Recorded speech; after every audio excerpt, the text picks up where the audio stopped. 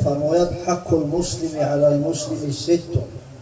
مسلمان در ذمه برادری مسلمان 6 حق دارد.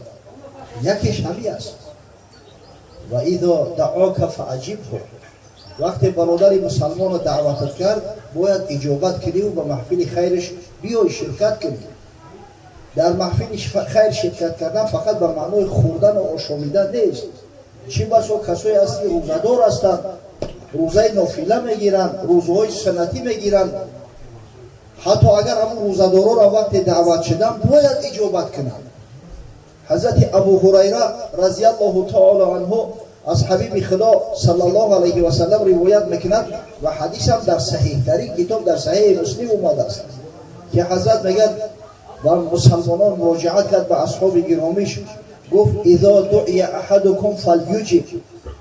وقتی یک نفر شما را دعوت میکند برادری مسلمانتون البته اجابت کنید، در دعوت برادری مسلمانتون شرکت کنید. اذا دعی احدکم فلیجب فان کان صائما فلیصلی و ان کان مفطرا فلیتم. هر کسی از شما روزدار باشد در حق صاحب خانه دعا کند. ای بچه فلان همسایه دعوتت کرده نمیره، نه عبید کردم آخی خانه تاری گردم ترا عبید کنی فیراد نکردیم، برای در حقش یک دعای خیر کن.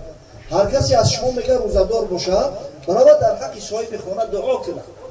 اما اگر به شرطی که روزدار نباشد تناول کنه، نوش جان کنه.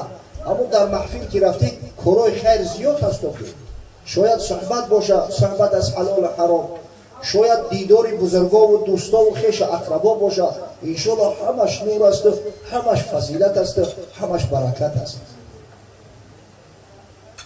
والمؤمنون والمؤمنات بعضهم اولیاء بعض. خداوند متعال در قرآن عظیم شان تاکید میکند مؤمنان خواه مرد باشند خواه زن بعضش برای بعضی دیگرش اولیاء محسوب میشود، دوستانی همدیگرند، اینا برادر خواهر همدیگر هستند. افسوس و صد افسوس که همه حکمت بزرگ خداوندی وقتای اخیر کم کم از بین ما رفته است. در اسلام اصل زمانهای بود که حقیقتا همدیگر را همچه برادر خواهر قبول داشتند، همچه برادر خواهر میدانستند، تا زمانی که همه سنت زنده به در میان امت اسلامی کسی جرأت نمیکرد یگان مسلمان آزار دهد، حتی در ملک‌های غریبی، برای که میدانستند که اینا همتن همجان هم نفس هستند. یکیش از پشت دیگرش میخیزه به ناموس برادر دیگرش حرف میزنه و پشتیبانی میکنه. خدا رحمت کنه. ابن اسیره یک معرخ شهیر داریم، در تاریخ مشهورش الکامل آورده است. میگوید در زمان معتصم بالله خلیفه عباسی، این خلیفه هفتم عباسی است، برادر مأمون رشید. مأمون وقتی که از دنیا گذشت وصیت کرده بود که همین معتصم برادر ما در جان بگذار. در همین زمان خلافت همون بود، او قدر زمان راستی کنج هم نبود. همین خود معتصم بالله مثل برادرش مثل همون مأمون رشید این خانه آباد یک اعتزال، اما عقیده معتزلی را قبول کرده بود، اهل اعتزال حساب میخورد. بالای اهل سنت و الجماعت خیلی فشارا را آورده است. مردم مجبور میکرد که اقرار کنن نعوذ بالله که قرآن مخلوق است و نوشته خدا است و مخلوق است. از همون زمره بود، اما مسلمان بود، ناموس اسلامی داشت. یک زن قرشی را در روم در همین آسیای صغیر اسیر میگیرند. همون زن میگه صداش بلند میکنه و معتصما و معتصما ناله میکنه. یک شخص میگه خبر وقتی نزد معتصم بالله آورد. معتصم بالله در بغداد بود، از در بالای تخت چشتگی. همین وقت گفت که همون زن قرشی و معتصما گفت ناله کرد، پرید در جاش خیست، گفت لبیک یا اختی، لبیک یا اختی. بعد خیست میگه نعره زد النفیر النفیر، زود سپاه آماده کرد. و همین مرد خودش خیست سرلشکری را به عهده گرفت، رفت یک شهر بود با نام اماریه از همین مضافات روم، تا همون شهر را ضبط نکرد، همون زن مسلمان قرشی را آزاد نکرد، برنگشت. مسلمان های نه که غیرت همت داشتن. ولی همین تاریخی فتح سیند کدامت میدونید؟ همین هم ملک بسیار بزرگ است، ملک سیند. امروز اونا جمو و کشمیر و چندین نمی ولایت های کلان را در بر میگیره که بین هندوستان و پاکستان تقسیم شو کردیه. همین ملک سرزمین در زمان حجاج ابن یوسف ثقفی فتح شده است. صاحب کتاب فتوح البلدان امام بلازوری روایت میکند، میگه در همین زمانهایی که مسلمان ها هنوز از کابل پیش رفتگی نبودند، آخرا نقطه اسلام همین کابل افغانستان بوده است. در اقیانوس هند راهزنای بحری یک کشتی مسلمان ها را به اسارت میگیرند، ابردش میکنند، به ساحل میکشند. او مردم یک قبیله بوده است با نام قبیله مید، همین هندوهای بتپرست، یک قبیله جنگاور همین راهزنای بحری بودند. 3 زن مسلمان در کشتی بوده است. یک نفرش وقتی که میگه همون با شدت از رومالش میکشن از کشتی میفرارنش، رومال سرش کنده میشود. با کفای دستش میگه سرش قپیده، گفت یا حجاج یا حجاج. مقصد گوبرناتور اون منطقه نزدیکترین گوبرناتور عراقین خراسان همون حجاج ابن یوسف ثقفی بود. یه حجاج ابن یوسف با فکر اکثریت میدونه چی است. خدا رحمتش کنه حضرت عمر ابن عبدالعزیز ایرا حتی فرعون امت محمدی گفته است، با درجه ظالم بود. در تاریخ اومده است در زمان امو ولایتش میگه از 100,000 آدم زیاد کشته شده. همون وقت والی بود است، والی عراقین و خراسان. همون زن مسلمان یا حجاج گفت وقتی جانش در کرد از همون کشتی 3 نفر میگه جان به سلامت بردن امام بلازوری. وقتی که اومدن یک نفرش نزد حجاج در اومد در کوفه و گفت من همین شاهد این همین منظره شدم، همین واقعه. همون حجاج به همون ظالمیش با ناموس نخست گفت لبیک یا اختی. یا اکسپیدیسیا تشکیل کرد که تا همون زنای مسلمان آزاد نکنه برنگرده. اکسپیدیسیا اول وقتی که داخل همین کشمیر شد، اون ملک‌های ناآشنا بودن، شماره‌شون هم کم بود. اگر چند سرداری لشکر یک پهلوانی نامدار و یک سرلشکر شجاع بود، استراتژ بود، خدا رحمتش کنه، با نام عبیدالله ابن نبهان یمنی. این شخص در رصد غلطی، در احاطه دشمن غلطی، خودش تمام قشورش کشته شد، شهید شد. اما حجاج دستش نبرداشت، نگفت که اون ملک ناآشنا بوده است و جای خوفناک بوده است. با یک اکسپیدیسیا دیگه تشکیل کرد تحت سرپرستی بودیل ابن طهفه. میگه وقتی اینا را شکست خوردن قفا گشتن، خود شخصا همین بلخ اومده است، بلخ افغانستان. لشکر تنظیم داد تا زمان گفت همین ملک فتح نکنیم دیگه قفا نمیگردیم. همین ملک سیند کشمیر همین به خاطر 3 خواهر اسلامی همش از سر اینا آزاد شد. اون مسلمان ها که ناموس نداشتن، مثل مردم ایمون به غیرت نبودن که در دعوت برادر مسلمانش اشتراک نکرد. سبحان الله، قسم به الله آدم همین جگرش پاره میشه وقتی همین کرونا میبینه. وقتی ما بچه بودیم یکان جنازه میشید، اون زمان او خدر از کجا این ماشینای ملایم نازنین از کجا این اتوبوسا بود، تلشکای تراکتور قدیمی اومدن، مسافرها سوار میشیدن، قشنقای همسایه و گرد اطراف میرفتن در جنازه ها شرکت میکردن. قسم به الله ما خود ما شاهد حال هستیم، دیده من میرم. امروز مرشروطه راهی میکنن، ای بچه ماشینای مایده در پیش مسجد ایستادن، خطیب التماس میکنن مردم در قشلاق همسایه بچه ها جنازه های اینا ماشینا هستن، بره کار دارم وقت ندارم. ای خونه آباد، یکی از همه حقایی که برادر مسلمان در ذمه داره شرکت کردن در نماز جنازه شد. فقط تو میبری ترا کی جنازه میکنن؟ والمؤمنون والمؤمنات بعضهم اولیاء بعض. این مسلمان ها به همدیگر برادر هستند، بعضش دستگیری بعضی دیگرش هستند. اسلام عزیز مردم هم متحد کرد، همین تحت کلمه لا اله الا الله محمد رسول الله. باید در غم و شادی همدیگر شریک باشه، همدیگر را دستگیری کنه. حضرت صلی الله علیه و سلم اطراف همین مسئله چنان تأکیدات دارد، چنان تأکیدات دارد. امام بخاری روایت میکنه از حضرت عبدالله ابن عمر رضی الله تعالی عنهما که رسول گرامی صلی الله علیه و سلم ارشاد فرمودند: المسلم و اخو المسلم، مسلمان برادر مسلمان است. لا یظلمه و لا یسلمه. مسلمان هیچ وقت نسبت برادرش ظلم روا نمیدارد و هرگز نمیگذارد که یک غیر مسلمان برادر مسلمانی را آزار بده. مع من یعادیه من اعدائه. همین لا یسلمه ها وقتی که شارح ها شرح میدن یعنی که در دست ظالمایی که ظلمش میکنن نسبتش عداوت دارن تنهاش نمیگذارد. من کان فی حاجت اخیه کان الله فی حاجته. کسی یک حاجت یا مشکلی برادر مسلمان شما میبره خداوند مشکل و حاجت این مرد که انجام میده و ادا میکنه.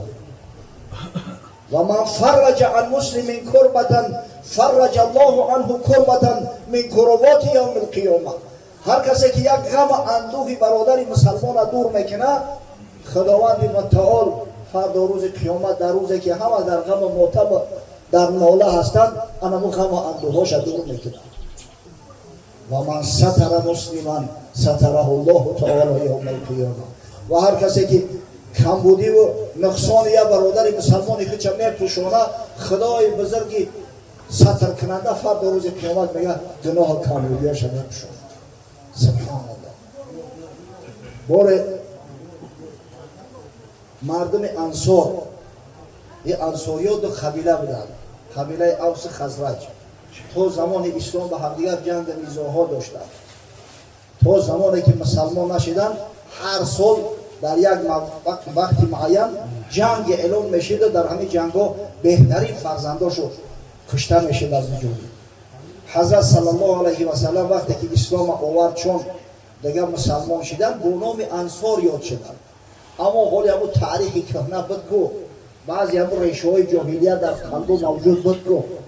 بار نشسته همراه صحبت میکردن که یک یهودی پیر شیطان آمد کم طرف خطی شده شسته با یک نفرش صدا کرد یا فلانی گفت در یاد دسته که در جنگ با آس چخیر شید با اول شکست خورده گرفته و بعد برگشته اومده یا را تورمار کرده یاد دسته طرف اوسط بود.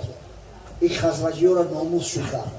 اینا گفتن که ما میتونیم که همون جنگ با ایسر اینا ادامه بتیم ایسر زنده کنیم. اما قصاص یا ما آخران حربی با آس از شما بگیریم. همین به طرف شور خوردن. ای گپ میبروید. از برای خدا در زمان زندگی میکنه همسایه ها با هم دیگر کارکشی و کارکنی. جنجال و سودبازی. ای بس قسم به الله. خبر یک مردی صالح آورد و پیامبر صلی الله علیه و سلم رسول. حضرت شتابان آمد گفت شما چیکار میکنید؟ از خدا نمیترسید؟ واعتصموا بحبل الله جمیعا ولا تفرقوا. چنگ بزنید بر اسمان پروردگار به قرآن عظیم الشان و هرگز نگذاره که دشمن در بین شما تفریقه ایجاد کند. واذکروا نعمت الله علیکم اذ کنتم اعداء فالف بین قلوبکم. بیاد بیاره نعمت پروردگار را که در حق شما کرده است که شما به همدیگر دشمن بده الله ذوالجلال شما را به هم دوست و رفیق کرد. فاصبحتم بنعمته اخوانا.